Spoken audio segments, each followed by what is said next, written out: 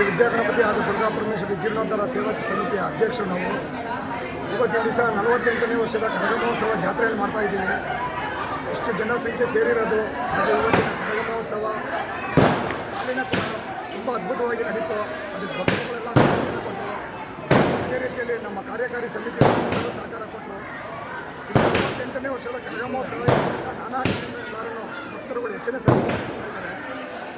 ಇನ್ನೊಂದು ವಿಶೇಷ ಏನಪ್ಪ ಅಂದರೆ ಈ 48ನೇ ವರ್ಷದ ಕರಗ ಮಹೋತ್ಸವಕ್ಕೆ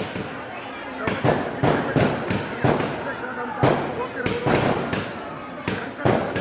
ಮಹಿಳೆಯರಿಗೆ ಉಚಿತವಾಗಿ ಸೇವೆಯನ್ನು ನೀಡಿ ಖುಷಿ ಹಾಗೂ ಅವರು ಚಾನಲ್ ಓಪನ್ ಆಗಿದೆ. ತುಂಬ ಖುಷಿ ಆಯಿತು. ನಮಗೆ ತುಂಬ ಸಂತೋಷ ಆಗ್ತದೆ.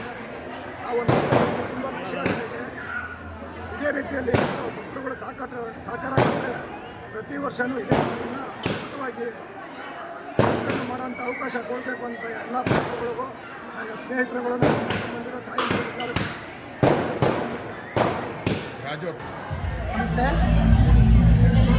ತುಮಕೂರಿನ ಹೃದಯ ಭಾಗವಾದಂಥ ಮರಳೂರು ದಿಣ್ಣೆ ಈ ಒಂದು ಗ್ರಾಮದಲ್ಲಿ ಸುಮಾರು 48 ವರ್ಷಗಳಿಂದ ಕರಗ ಮಹೋತ್ಸವವನ್ನು ಆಚರಣೆ ಮಾಡ್ತಾ ಬರಲಾಗಿದೆ. ಈ ಒಂದು ಕರಗ ಮಹೋತ್ಸವದ ವಿಶೇಷತೆಯಾಗಿ ಈ ದಿನದ ಹಾಲಿನ ಕೊಡವನ್ನು ಭಕ್ತಾದಿಗಳು ತಮ್ಮ ಹೃದಯನಿಷ್ಠೆಯಿಂದ ತಂದು ಅಭಿಷೇಕವನ್ನು ಮಾಡ್ತಾರೆ ಅಮ್ಮನವರಿಗೆ. ಈ ಸಂದರ್ಭದಲ್ಲಿ ಕರಗವನ್ನು ಜೋಡಿಸಿ ಕರಗದೊಂದಿಗೆ ಹಾಲಿನ ಕೊಡವನ್ನು ತಂದು ಅಭಿಷೇಕವನ್ನು ಮಾಡಲಾಗುತ್ತೆ. ಈ ಒಂದು ಅಭಿಷೇಕಕ್ಕೆ ಸುಮಾರು ಒಂದು 500 ಲೀಟರ್ಗಳಷ್ಟು ಹಾಲು ಆಗಿರುತ್ತೆ. ಪ್ರತಿಯೊಬ್ಬರು ರಥದಲ್ಲಿ ಮಾಲಾಧಾರಿಗಳು ರಥವನ್ನು ಆಚರಿಸಿ ಈ ಒಂದು ಅಭಿಷೇಕವನ್ನು ಮಾಡ್ತಾರೆ. ಇದೇ ರೀತಿ ನಾಳೆ ಅಂಬಲಿ ಪೂಜೆ ಇರುತ್ತೆ. ಅಂಬಲಿ ಪೂಜೆಯ ವಿಶೇಷತೆಯಾಗಿ ಉಕ್ಕು ಹಾಕ್ಕೊಂಡು ಇನ್ನೋರನ್ನ ಮೆರವಣಿಗೆ ಮಾಡಿಕೊಂಡು ಕಳ್ಕೊಂಡು ಬರ್ತಾರೆ. ಸುಮಾರು 9 ಜನ ಈ ಒಂದು ರಥದಲ್ಲಿ ಭಾಗಿಯಾಗಿರ್ತಾರೆ.